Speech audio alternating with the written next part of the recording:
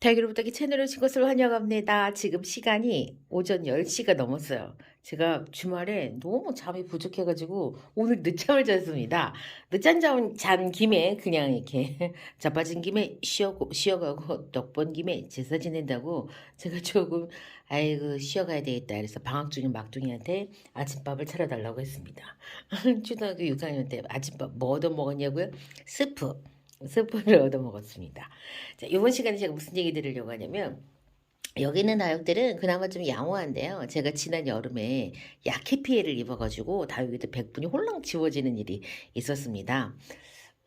그 일을 겪고 나서 요즘 들어서 이제 겨우 100분들이 지금 다시 또 이렇게 올라오기 시작을 하거든요.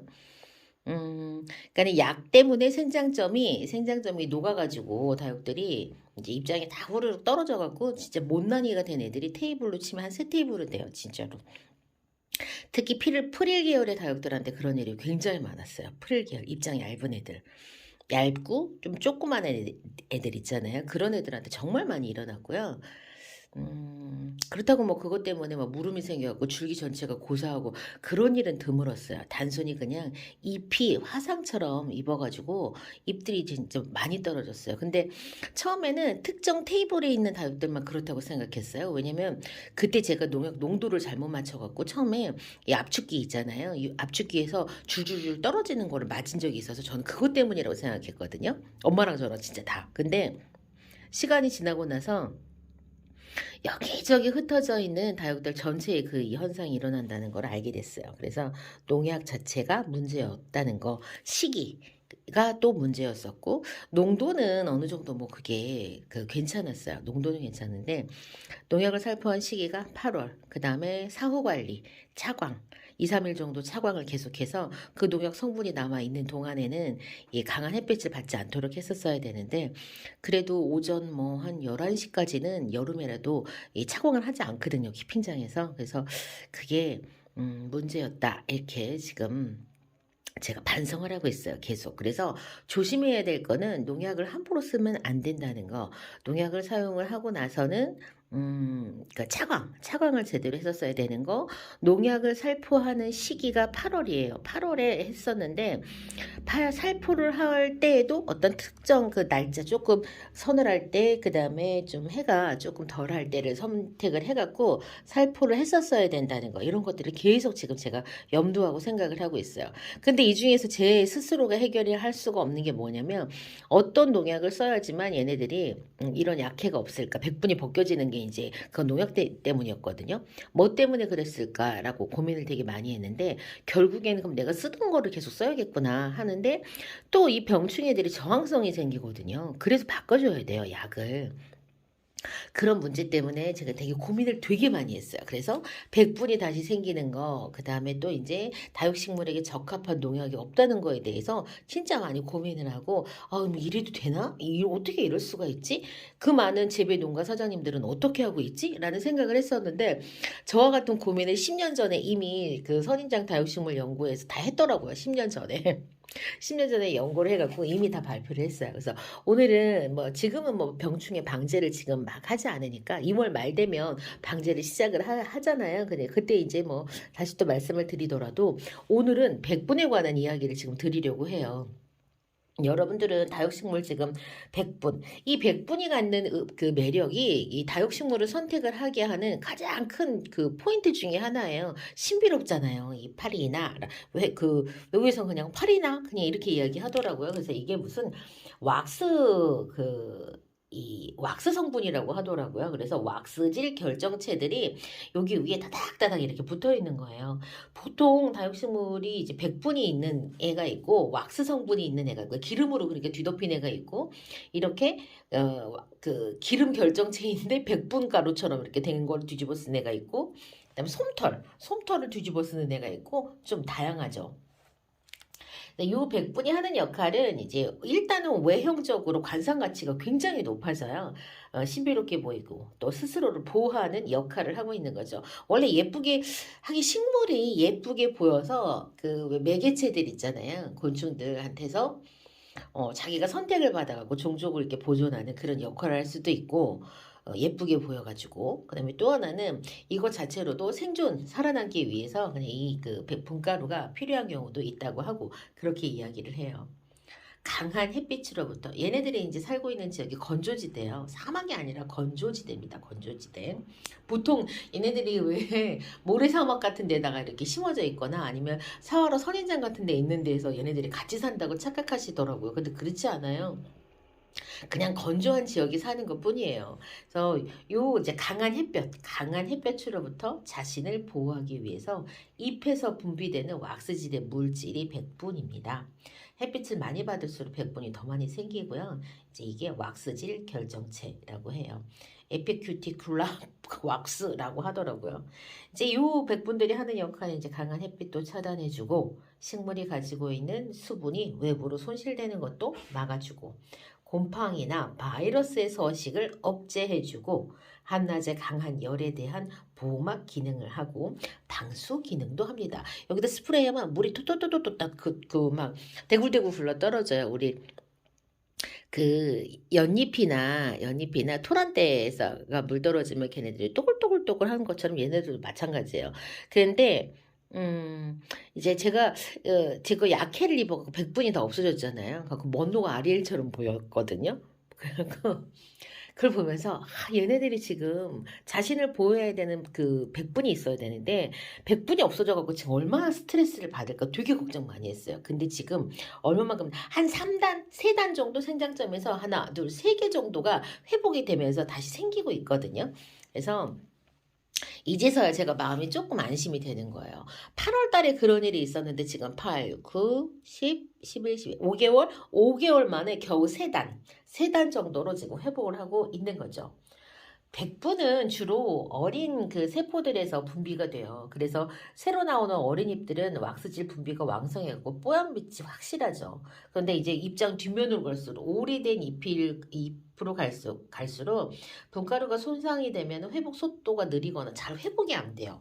그거는 어쩔 수 없는 것 같아요. 얘네들이 막 가동을 하는 그런 공장이 생장점에서 이렇게 시작을 하기 때문에 모든 일은 생장점에서 일어나는 거죠. 이 뒤에 입장들은 그냥 얘네들이 생존하기 위한 서브 보조 역할만 하는 거예요. 내 잎에서 물을 빼가 라든가 아니면 모양을 그냥 이렇게 하면서 천천히 말라가는 이제 기능이 이제 쇠퇴하는 그런 이제 갈수록 그렇잖아요. 그러니까는 생장점 주변에서부터 다시 생겨나요.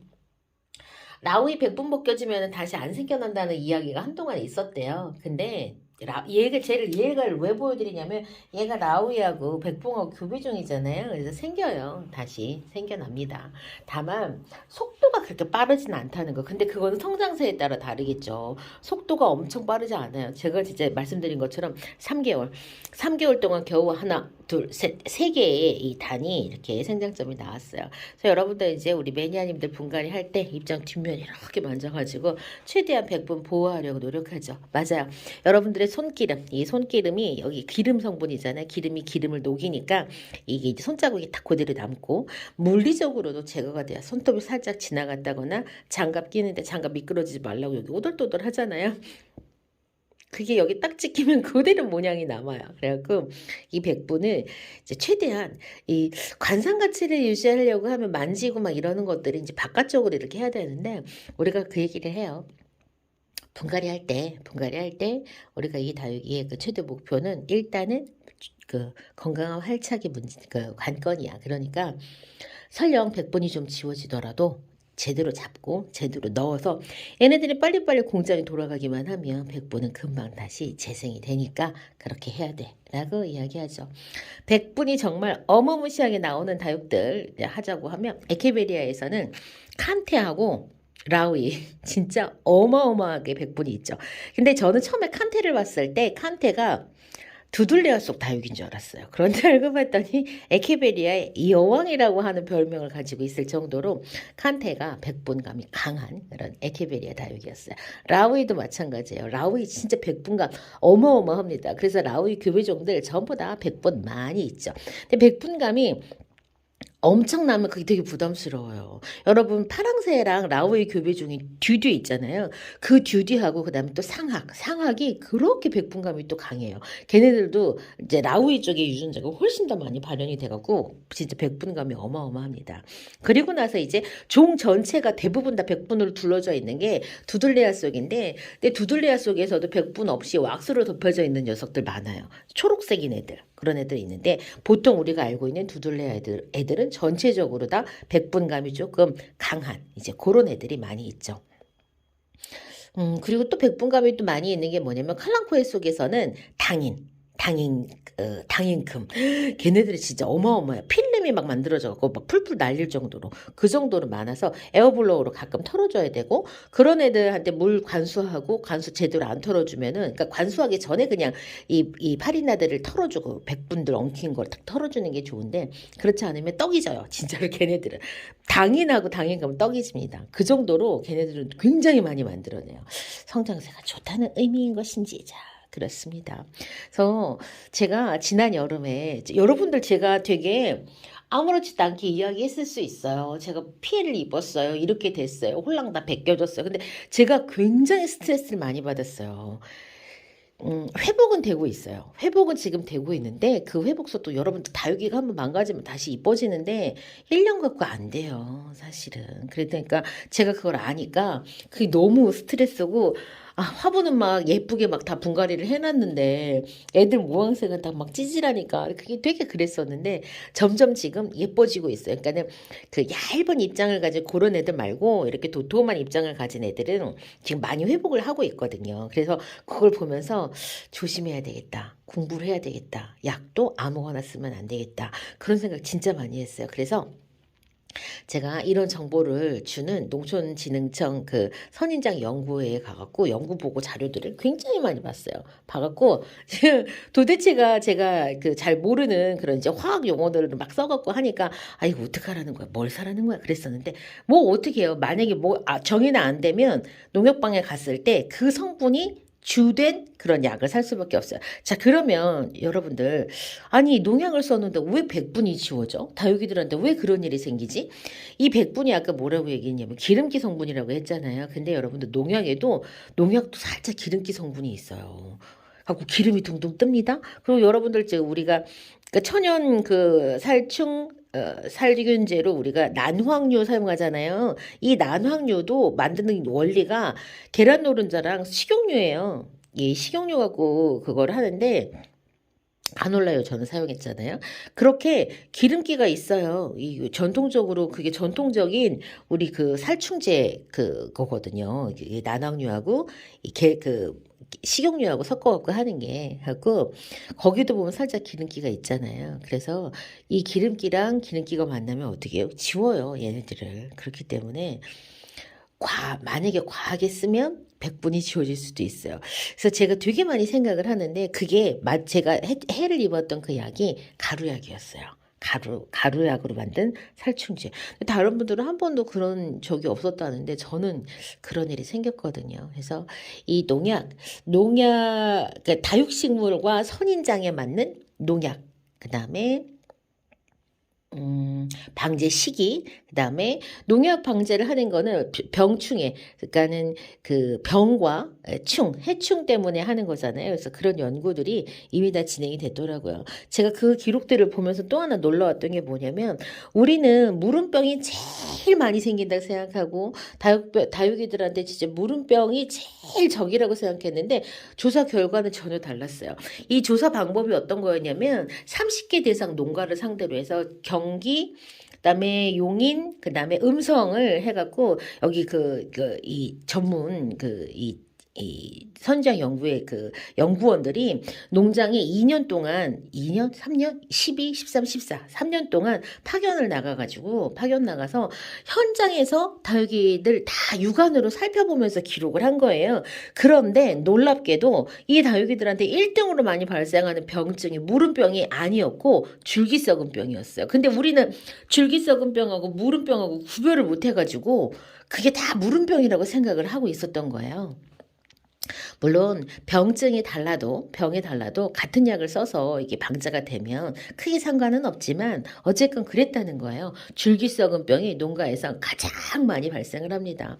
그리고 해충으로는 그 귤깍지 가루벌레 그게 가장 많이 생겼고요. 이렇게 우리가 보통 비전문적으로 그냥 우리가 보통 하는 짧은 그런 지식들로 하는 그런 이야기들은 이런 실제와는 조금 다른 차이가 있었다는 거, 그걸 보면서 그래, 이런 정보들이 조금 더 이 다육맘들한테 많이 알려지면 참 좋을 텐데라는 생각을 정말 많이 했어요. 그리고 또 하나는 그런 정보들은 재배 농가를 위해서 이렇게 다 이제 제공을 하는 거예요.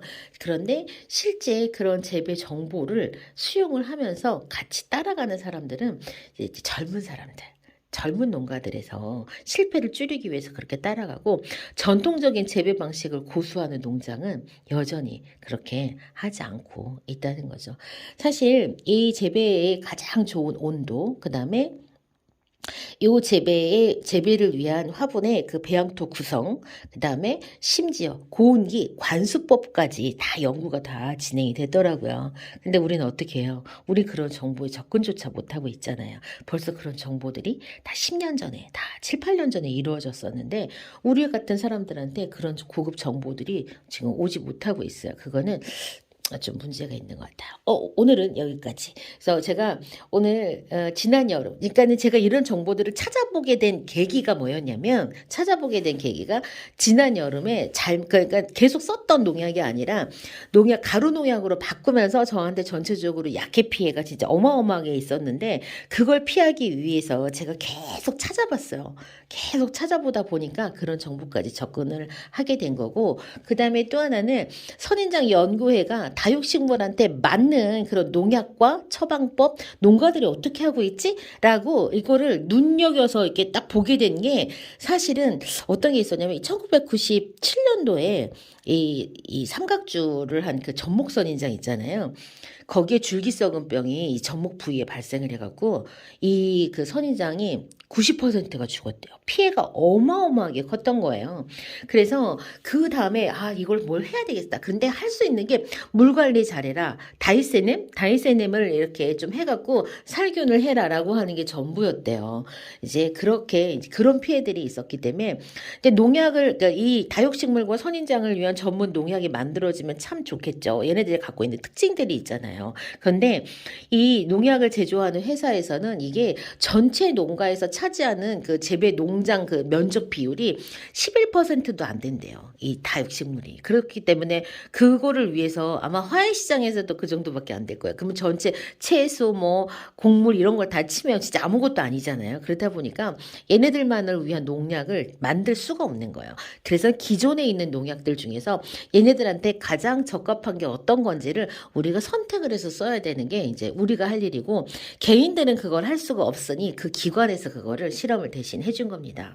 근데 솔직하게 말씀드리면, 우리가 알고 있는 어떤 그런 특정 상표들을 이렇게 말을 할 수가 없고, 주된 그걸로 해요. 주된 그 성분으로 그거를 얘기를 해주더라고요. 그래갖고 저도 거기에 맞춰서 그게 뭐가 제일 좋은지 한번 검색을 해갖고 한 살충제 3종류, 살균제 3종류 정도를 갖고서는 계속 이제 돌아가면서 사용을 하려고 해요. 그래서 보통 지금 요런 그 살충과 살균 방제는 최소 연간 7회, 그러니까 7회 정도 하는 농가들이 요런 이제 깍지라든가 이 병충에 대한 발병률이 굉장히 낮고, 아무것도 안 하는 농장들도 많다고 해요. 그런 농장들하고 이제 실제 그 연간 이렇게 살충살균 하는 농가들하고 피해는 그러니까는 이게 만약에 뭘 해서 1의 피해가 있다면 아무것도 안 하는 데는 2의 피해, 2배의 피해가 있는 거예요. 그래서 실제로 내가 살균 살충을 해도 생기는데 죽는데, 내가 이걸 뭐하러 해? 돈 들이고 시간 들이고 노력해갖고 뭐하러 이걸 하겠어? 라고 하지만 한 것과 하지 않은 것에는 분명하게 차이가 있다는 겁니다. 그렇기 때문에 여러분들이 해도 죽는데 안 하면 더 많이 죽어요. 안 하면 더 많이 죽고, 그다음에 이제 소량 키우시는 분들은 잘 몰라요. 사실은 3,400개까지 키우시는 분들도 살충과 살균에 대해서 내가 그걸 꼭 해야 돼? 라고 하실 수 있어요. 왜냐하면 경험해보지 못했기 때문에 그러시는 거죠. 어떤 병균의 원인이 어디서 한번 발생을 해서 얘네들이 확 돌면 그러면 이제 그때 반성하시는 거고, 깍지 같은 게 어느 거 하나 타서 내가 모르는 사이에 실제 농가가 특히 해충들 있잖아요. 해충들한테 감염이 됐다는 사실 자체를 인지도 못하는 농가가 23%나 된대요. 대단하죠. 그래서 교육이 필요하다고 하고 이제 교육을 실시하려고 했다고 하더라고요. 그만큼 여러분들도 마찬가지예요. 여러분들은 내 다육이는 아무것도 없는 데가 아니라 실제 여러분들이 모를 수 있어요. 인지를 못할 수 있습니다. 전문적인 재배 농가도 23%의 농부들이 그걸 모르는데 우리 같은 아마추어 매니아들이 그걸 어떻게 알겠어요. 자, 그래서 요런 부분들은 저는 좀 과학적으로 접근하고 싶었어요. 이거는 막연하게 예전 방식대로 약을 안 치고 이렇게 저는 이제 많이 키우니까, 그래서 베란다 안쪽에서도 하시는 분들이 천연살충 살균이라도 하시는 게 안 하는 것보다 나아요. 근데 이왕 하는 거면 이 농약을 사용하면 좋지만 농약은 엄청난 스트레스예요. 구매부터 해갖고 내가 아이들하고 인접하고 내 이웃과 인접한 곳에서 이걸 쓴다는 게 굉장히 스트레스를 받기 때문에, 그래서 천연 살충 살균이라도 하면서 키우는 것이 맞다 하는 이야기까지 드립니다. 오늘 이 시간 내용이 엄청 길었네요. 저는 다음 시간 다시 또 찾아뵙겠습니다. 그럼 안녕히 계세요.